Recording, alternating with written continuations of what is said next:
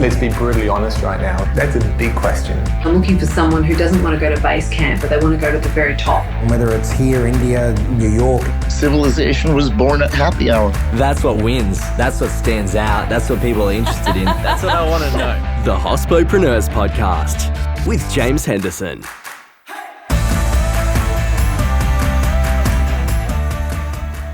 Hello and welcome back to the Hospopreneurs Podcast.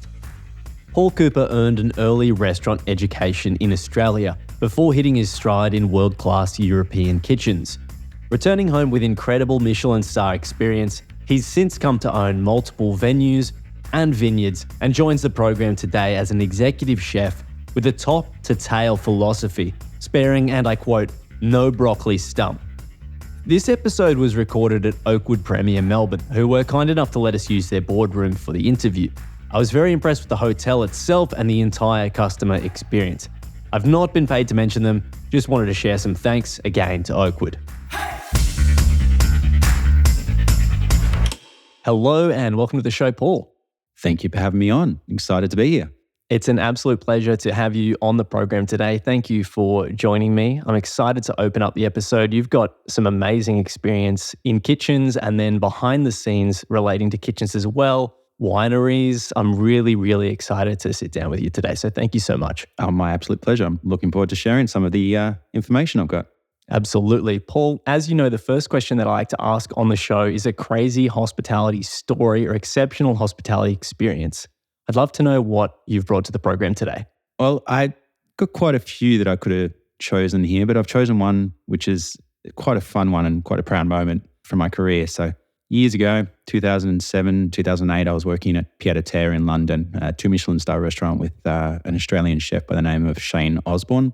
Probably one of the most defining parts of my career in terms of learning and education and how to cook properly. Shane came to me one day and he's like, I want to put a pork dish on. So we're going to get a whole suckling pig in. I'm like, okay, that sounds great. Let's do it. So he gets it in, comes in on the Monday, and I'm busting my ass all week to get some time to break this pig down. And he's like, get to about Thursday and Shane's looks at me and he goes, geez, that pig's drying out nicely, isn't it? And I kind of took that as a sign that I needed to get my ass moving and get the pig on the road, and so to speak. So that afternoon, I'm like, yep, I'll make time today, Shane. I'll make time today. So I got to this pig and we broke it down. We took the whole pig apart, broke it into all the different pieces. And he's like, so what are we going to do? I'm like, you got to let me do something? It's like, yeah, absolutely. Okay, so no worries. I break the pig down. Some of it we cook overnight. Can you talk me through that process as well? Like, how long does that take for those who haven't worked in a kitchen, or this is, a confronting idea to them? Like, what does that actually mean? Talk me through like breaking down the pig. Well, imagine a small suckling pig. We're talking probably 20 kilos. You've got the shoulder, you've got the head, you've got the belly, you've got the hind quarter. And within that, obviously, is all the cuts that sit underneath the belly. You've got cutlets and back straps. And so we're breaking this pig down into all those different parts. And then the belly we're cooking separate to the shoulder. So the shoulder, for example, we boned it, we braised it overnight, rolled it, and then we did like this hard little roast on it just so it would be nice and crispy on the outside. The belly we cooked, we give it a press, we cut that down into strips. Again, that one's cooked to order in a pan with skin down so you get that nice and crisp. And then we had the loins, which we cooked, so that was cooked to order as well. And same with the leg, we broke the leg down into each individual muscle and we'd roll that in a what we called a herb crumb at the time, and we'd cook that to order as well. So there was about 5 different pork elements going on to this one plate. A big job. And then Shane's gone, okay, so what's the garnish going to be? Mm-hmm. Ooh, shit, I don't know. So I went home that night and considered what I could be. Went to him the next day and came up with the idea for him. I said, we're going to do an apple puree, we're going to do some roasted beetroots, we're going to do some pickled girolles. He's like, fantastic, sounds perfect. I'll make a cider sauce for it. That year, that was the dish that was reviewed by Michelin-star, and it was mentioned in the Michelin Guide. Wow. Yeah, it was one of those proud moments. Oh, very good. Congratulations. Yeah, thank you. It was mentioned in the Michelin Guide. What was the result of that? Well, that was a 2-star Michelin restaurant. So it maintained that as well? Yeah, it maintained its 2 stars. Obviously, I don't get any personal recognition for it. It all goes you do to now. the, there you go. Goes to the exec chef. That's what we're doing for you. Thank there you. There you go. Thank you. Thanks for telling us, because I can share that. Yeah. What a story. Thank you. Yeah, very, very fun moment in my life. In there, you said a herb. There was something that you were calling it at the time. Yep. What do you mean? Like, what's changed? It was a bright green breadcrumb, essentially. So we would just take panko breadcrumbs, blend them with loads and loads of parsley, and it was a really vibrant green. So when you roll that, we put it in egg whites first, then into the herb crumb, and you very lightly cook it. So you don't colour it at all. It still maintains that really bright green crumb. It was quite a pretty looking element on a dish. Thanks for sharing your story there, Paul. I'd love to know next, and I usually open this up second after the crazy story or exceptional experience. I'd like to know why you do what you do. You've got a really, really interesting range of businesses that you have under your belt. And I'd like to understand what really links everything together and really inspires you to get up and do what you do each day. Well, I think each venue needs to have its own personality. So within what we do, we've got Ferguson Winery, we've got Sticks Restaurant and Bar in Lower Plenty. They're vastly different locations. Ferguson is quite remote, so people need to have a reason to come out to see that.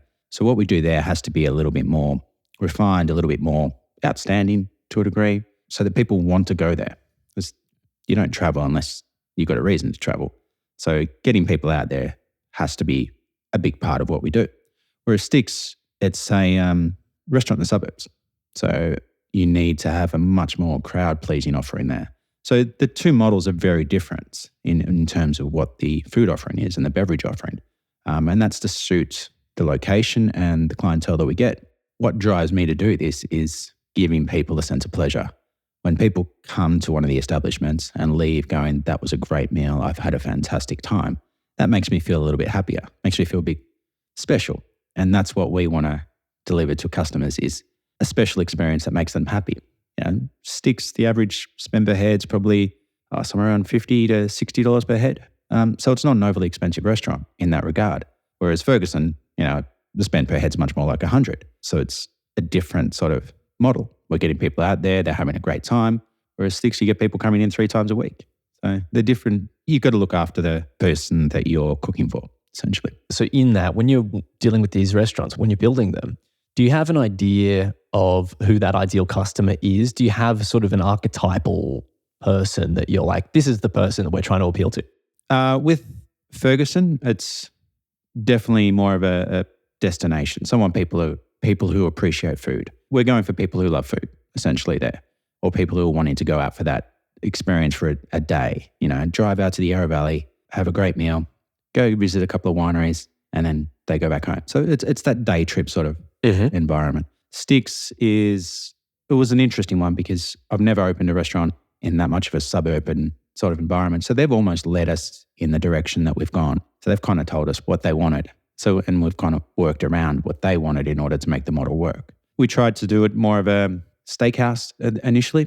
And whilst we're probably very well known for the steaks there, it's diversified a lot more. And now we're doing pizza and pasta as well. So it's grown and developed a fair bit. What's the reason for doing that as well? Because I know, and maybe you're in the same boat, that the times that we're in, and I won't dwell on these sorts of things, but there are a lot of forces that are making things challenging in hospitality at the moment. Is it to be more approachable to a wider demographic? With Sticks, yes, absolutely. I think you touched on it, that the cost of living goes up and the expenses are very high. So we do rely a lot on a higher turnover sort of crowd there. We've got a lot of families, we've got lots of kids come in, they'll have a burger. Dad will have a steak, mum will have, the fish. Other people come in, have a chicken parma, So it's completely diversified there, and we have to do that offering to try and appeal to families as such, because that's what it is. It's a family restaurant essentially.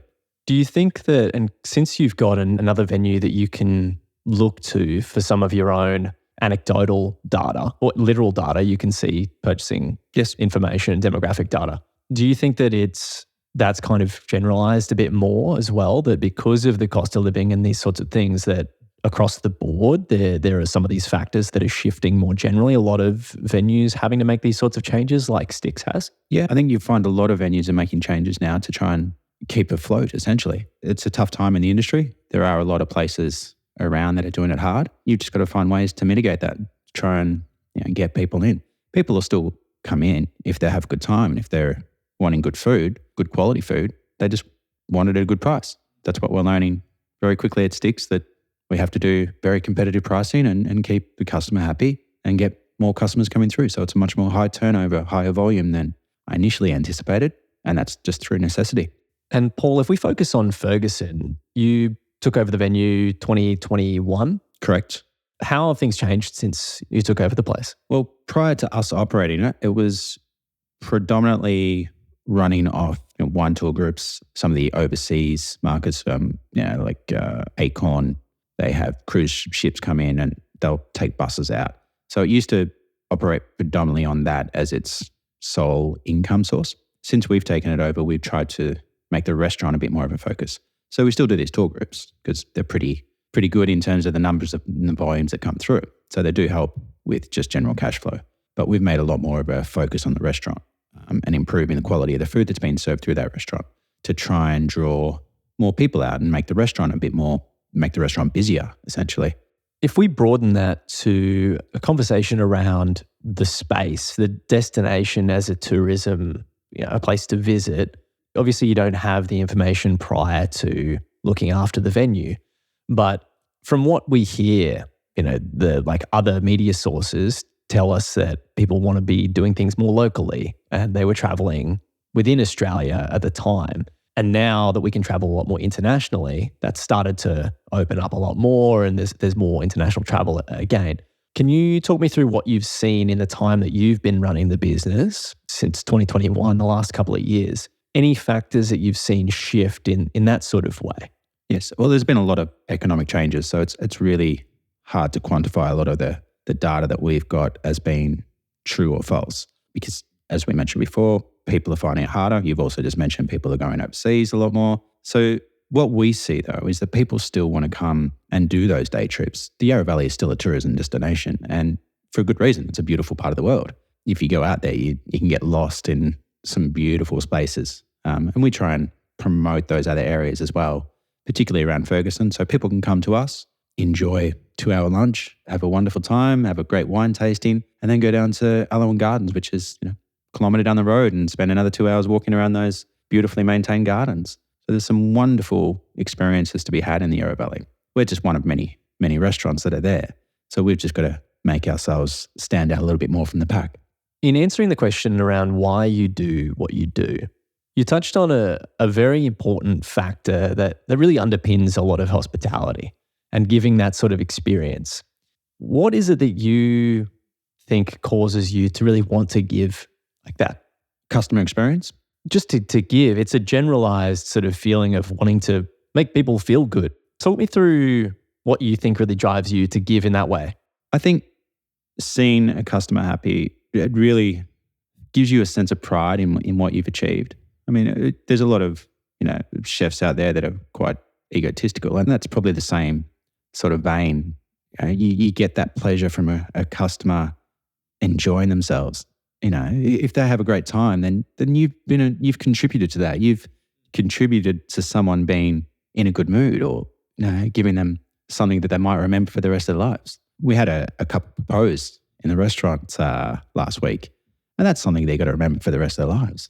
Whether it ends up a happy marriage or a not happy marriage, that's a different story, but it's still a day that they're going to remember forever. And we've been a part of that. Beautiful. So Paul, what does a day in your life really look like? What does your work actually look like now? Well, now it's a lot more challenging when you've got multiple businesses. A typical day would start at 7:30. We would get prep done for a lunch service. I'll do lunch service at Ferguson, then I'll drive over to Sticks for the evening service.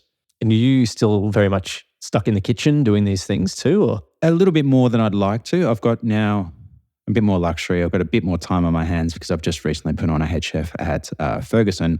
A guy that's come back, he used to work for me years ago. He's a fantastic person. So I'm really pleased to have someone that I can trust. And I think that's probably a topic that we could talk about as well, is having the right people in the right place in businesses.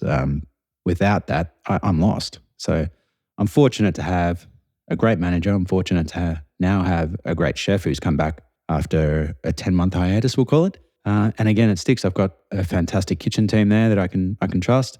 I've got a great little core team on the floor that, are great people and get great feedback. One of the biggest comments I get from the people that eat at Sticks is that the front of house team are really friendly, and people feel looked after by them. And I think that's an important element. And without those people in place, I'd be lost. I can't do everything. I can try, but I can't. And then, on top of all that, we've got to trust people to do the catering that we do. We've got an external catering company that looks after a lot of weddings. And when you're looking after someone's wedding, that's Very important. yeah, absolutely. So we've got to make sure we're on our game there. So without the people to trust, your business is really going to suffer. If we go back to your day, so 7:30, you start prep for lunch service. You've now fortunately got a lot of people to help you out to do these things. What's the rest of the day sort of normally look like? I'm doing inverted commas for obviously everyone who can't see. Look, I led a pretty boring life, to be quite honest with you.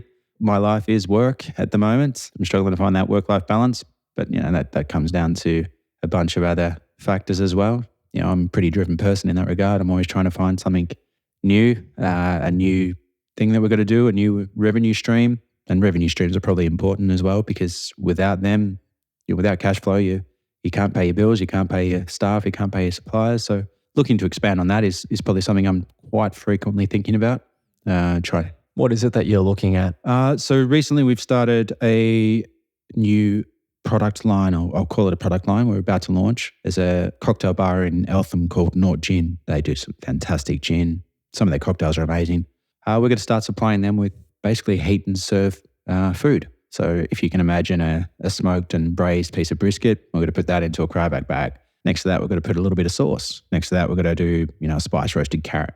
It's all caramelized, everything's ready to go. All they do is drop it into a water bath at 80 degrees for 6 minutes, take it out, cut open the bag, lift out the brisket, put it on top, put the carrots on top, pour the bag juice over, which is the sauce that we put in there, pour that over the top, and it's a restaurant quality meal that they're serving now in their cocktail bar without needing to put chefs in place. Is that something you're planning to expand on? That would be a great business model if I can figure out the right marketing for it. I'm thinking there's a lot of cellar doors around. There's a lot of cocktail bars. It's something that I've worked hard on and will continue to work on. And I think it has a lot of scope for success in the future. Very good. What other things have you seen in the industry that are really interesting you that you're looking at going, oh, I really like the way that they're doing that thing over there.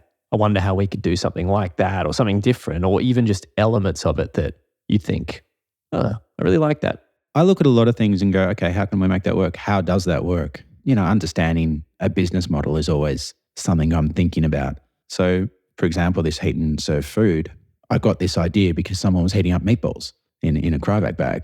So it's a pretty simple product. And then they'd just drop them into a sub. Can you talk through the lingo, the terminology there for listeners who don't know? A sub meaning your Subway sandwiches. So they'll basically, the bag as well. The bag is a cryovac bag. So it's a bag that you put into a vacuum chamber, takes the air out, and then seals the bag so it's airtight.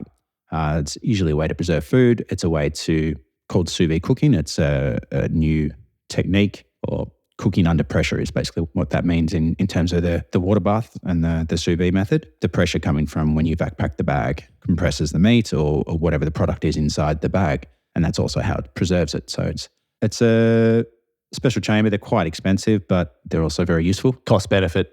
Yeah, you got to weigh up the cost benefits like you do with anything in hospitality. There's some very expensive bits of equipment out there. It's whether you can make your money back from it. Paul, you've mentioned the catering. Tell us more about how that emerged and how it's evolved over time and why. The catering emerged when I first took on my first restaurant in the Yarra Valley called Bianched.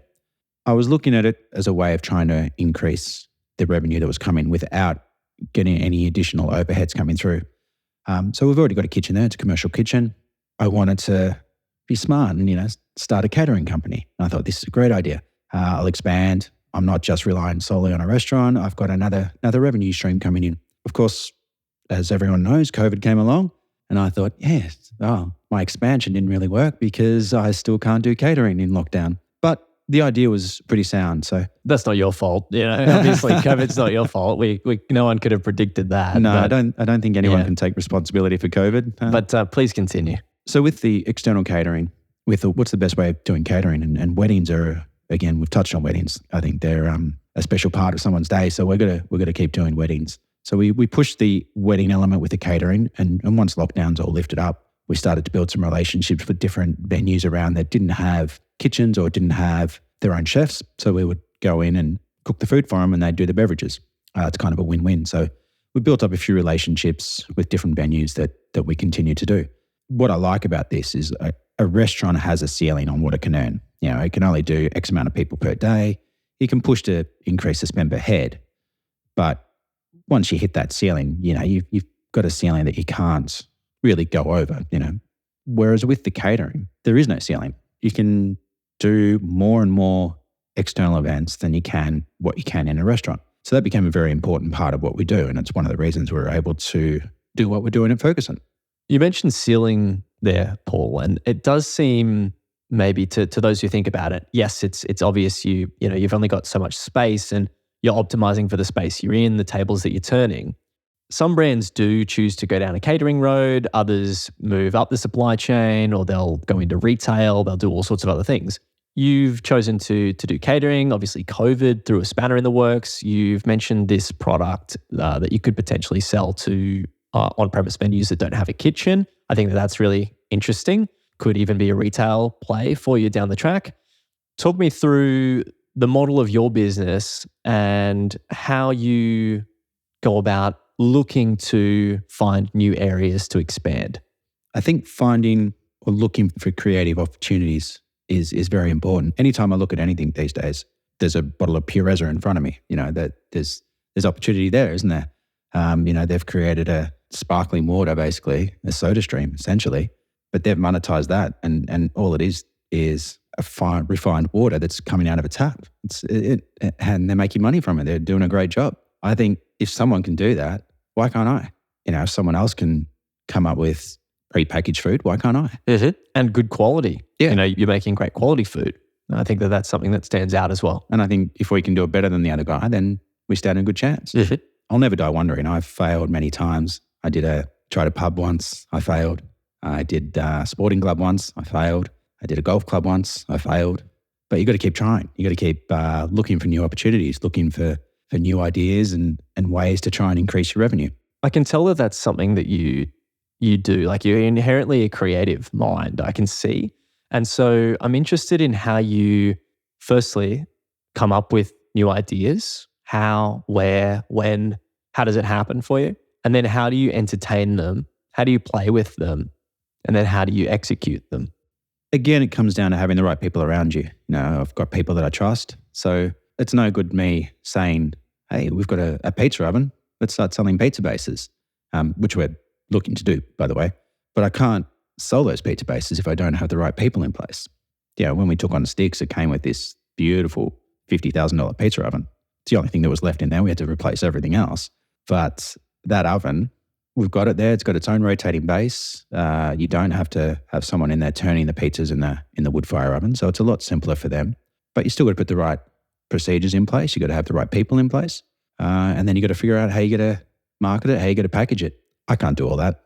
I can try, but again, I think it's better to have the other people do it for you, or find the right people to do it for you. Many guests do say something very similar. It is about their team, and everyone says how great their team is, and I'm sure you have an amazing team. I'd like to know how, when you're approaching these creative questions alone, how do you entertain them? How do you play with it? I think in essence, I look at the opportunities that are there. I try and develop it in my head, okay, and I'm just constantly thinking about how I can improve this, or how I can do that, or is there a way we can make this more efficient? Is there a way we can do this better? And before I even sell something, I would have developed the idea 3 or 4 times in my head. The reheat and serve food idea from earlier. I reckon I've got 7 or 8 dishes in my head that are not even on paper yet, but I know that they'll work because, I've played with it that many times and come up with different options. I can't put peas in there because peas might go brown. Peas might explode. So you got to be careful about what you do. You got to be smart about it. And you got to understand, I suppose, the longevity of a product, how a product's got to be stored. If they don't sell it all in a week, can they freeze it down? What's the correct defrosting procedure if they do freeze it down? And then you got to give them all the instructions. So you got to go through all the possibilities, the good ones, the bad ones. If they don't sell anything, will we take it back? Obviously not, because it's a product I'm not going to be able to resell. Until you said that last bit there, I was thinking, are most of your thoughts oriented towards product questions, very much the technical nature of the product that you're dealing with, possibly due to the depth of experience that you have in kitchens? Until that last one was sort of process or customer service. You could even broaden that to kind of more commercial questions. It sounds like most of your questions are product side when you're thinking about playing with these things rather than actually commercializing the product. So you must have some amazing people in your team helping you to do that as well. Yes, like we said, without the staff, without the team, you're kind of lost. But yeah, I guess my experience and understanding of food, I'm a pretty logical person in a lot of senses. I do understand how food works. I do understand how food can be preserved. So yeah, the product does play a very big part. It has to be a good product, otherwise we're not going to touch it. How do you link that up to your business model more broadly and apply that sort of creative mindset in business? For me, our business models are a little different. I'm more concerned about making sure my staff are well looked after. So trying to create bigger revenues to give back to them essentially. Because the model I'm going for is slightly different to the normal hospitality model where, when you work for yourself, and I had a restaurant in Sydney for 6 years, Mian-Chet for 5 years. That's 11 years. I've not paid any superannuation to myself. I haven't really paid myself as such. So I've had to go down a different path. I'm like, okay, what am I going to do to retire? How am I going to sustain my life in the future, with no superannuation? I don't want to rely on the government to sort of help me out. So I went down a different path and I thought, okay, what is going to help me in the future? So I thought, clearly I'm good in restaurants. That's what I do. So why don't I buy the freehold of a restaurant? So that's where we went with Ferguson. So we bought Ferguson on what's called a terms deal. So I didn't have enough money to pay a deposit on a multi-million-dollar winery. So I've gone and thought about this outside the box. So I've gone to the estate agent who was trying to sell Ferguson. How about we do a deal like this? I'll pay the deposit off over a 3-year period, and then I'll take a mortgage out and buy the freehold. It's a bit left of field. I don't know if they'll go for it. I said, okay, we'll make sure it works for her, that she gets enough money to look after herself, essentially slightly bigger than normal rent. And, after a bit of negotiation, she agreed. So that was a pretty good win for me. And now that means, I've got another 6 months and then there's a 2-year option on that. But that means I'll be then able to purchase the freehold of the winery, which gives me something to retire on, gives my kids something to have in their future. It means it's a different business model to a lot of other places. And I've done a very similar deal with Sticks. So it's, again, the deposit's paid off over a period of time. There's multiple factors here. The property value is going to go up over that time, which means it'll be easier to get that loan. I'm paying off a deposit over a course of, 3 years, which, not a lot of people get to do. Probably be a bit harder to do this on a normal house, but, maybe there's a lot of people out there who would do it.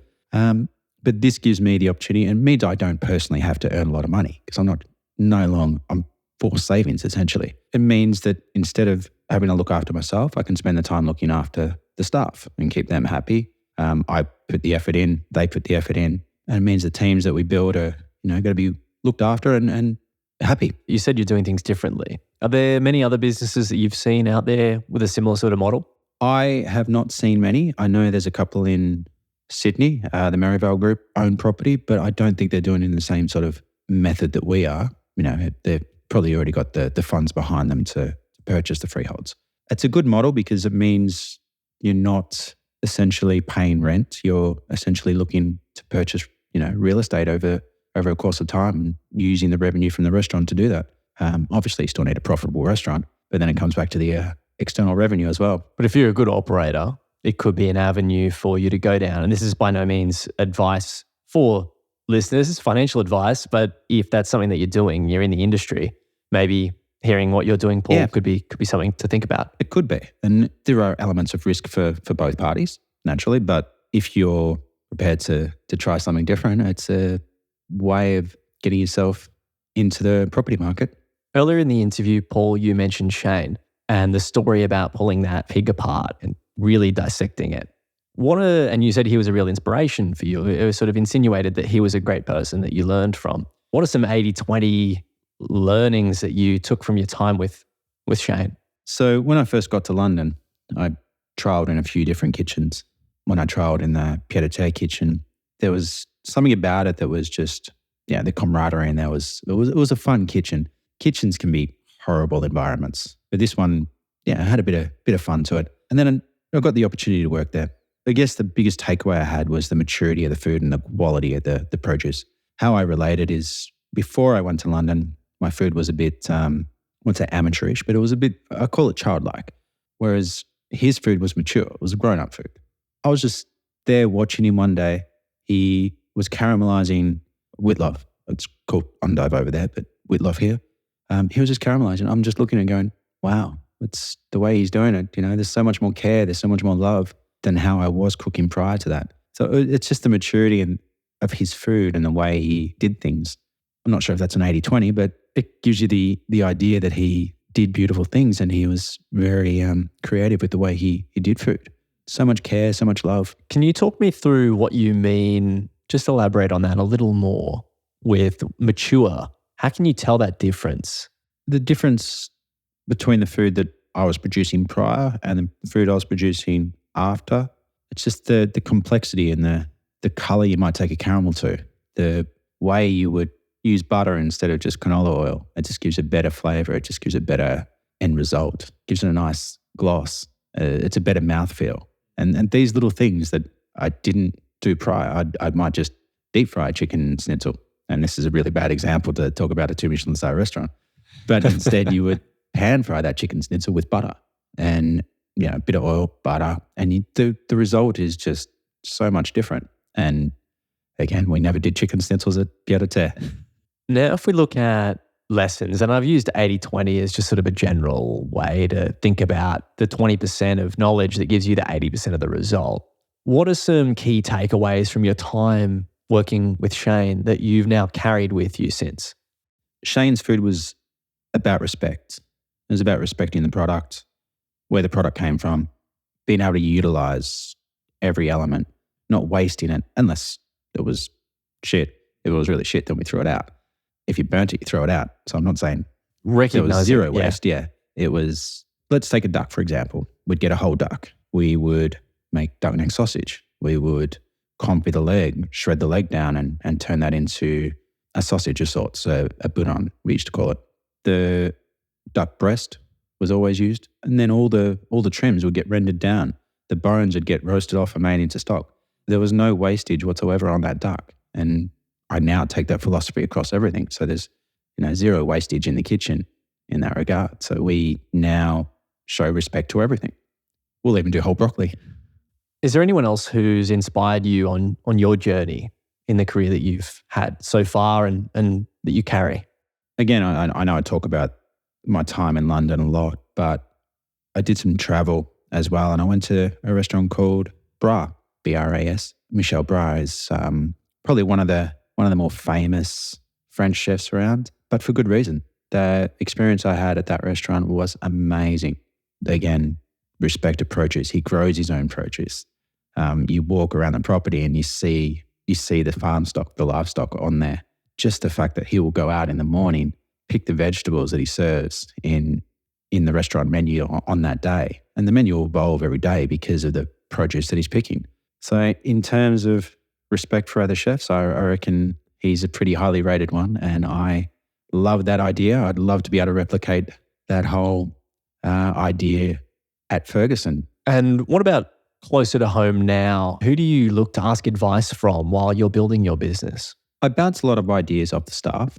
Again, it comes back to talking about having people around you that you can trust and that you can confide in to a good degree. So I do bounce a lot of ideas off all the team. I come up with some crazy ideas. I hope they pull me in line sometimes. Give me a crazy idea. What's something crazy that didn't work?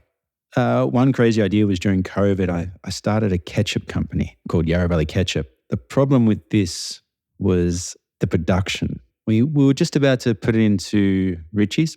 We would never have been able to keep up with production because I didn't do enough research into how you'd bottle it, how you'd package it, So we tried a lot, but it didn't really work out. And at some point, someone came to me and said, I think you just got to give this one up. You're going to make us all burn out if we keep trying to produce ketchup as well as get this restaurant reopened. So that was probably one of the bigger mistakes I made. Well, I appreciate you sharing that one as well because it's very raw and honest to give that. So thank you. Well, this is a question I ask on every episode as we get to the latter end. It's in the last few. And I always preface it by saying this, that it's too narrowly defined with the actual question. It's quite a big question. What I'm seeking to understand, the question itself is always, what's your biggest challenge right now? But it's too narrow, it's too cliche. What I'm looking for is, where are you facing friction in the work that you do? Right now, it comes down to trying to diversify too quickly. And that could put too much pressure on staff, which in turn would mean the product would suffer. So I think for me, it's about trying to build slowly and build the correct way. Now, the example here being the prepackaged foods that we spoke about, and the pizza bases that we spoke about. We've just recently taken 2 new clients on that we're going to supply these to, one being the pizza bases and one being the prepackaged food. These are all going to have to be produced, packaged, delivered. We haven't increased the team size to cover this off because it's the first order. It's early days. We're going to get it up and running, and then we'll see what kind of revenue it produces and if that justifies putting on the staff. But it is going to put extra pressure on the team that's already there. We need to find the delivery driver. We need to find the person who's going to make those pizza bases. And yes, obviously they'll be rewarded for the work they put in, but it does increase the number of hours that any given staff might be doing. So managing that staff and the resource allocation that you have is one of those points of friction. Yeah, absolutely. And that's across the board. You've got to justify your expenses and justify where your money's going and is it worth doing. So that's probably, and that comes down to me being a person who's always trying to say yes to people. And, I really want to make people happy. That's one of my flaws, maybe. I don't know. Sometimes I take on too much because of it. Pros and cons to that. To most qualities, there are pros and cons. Yeah.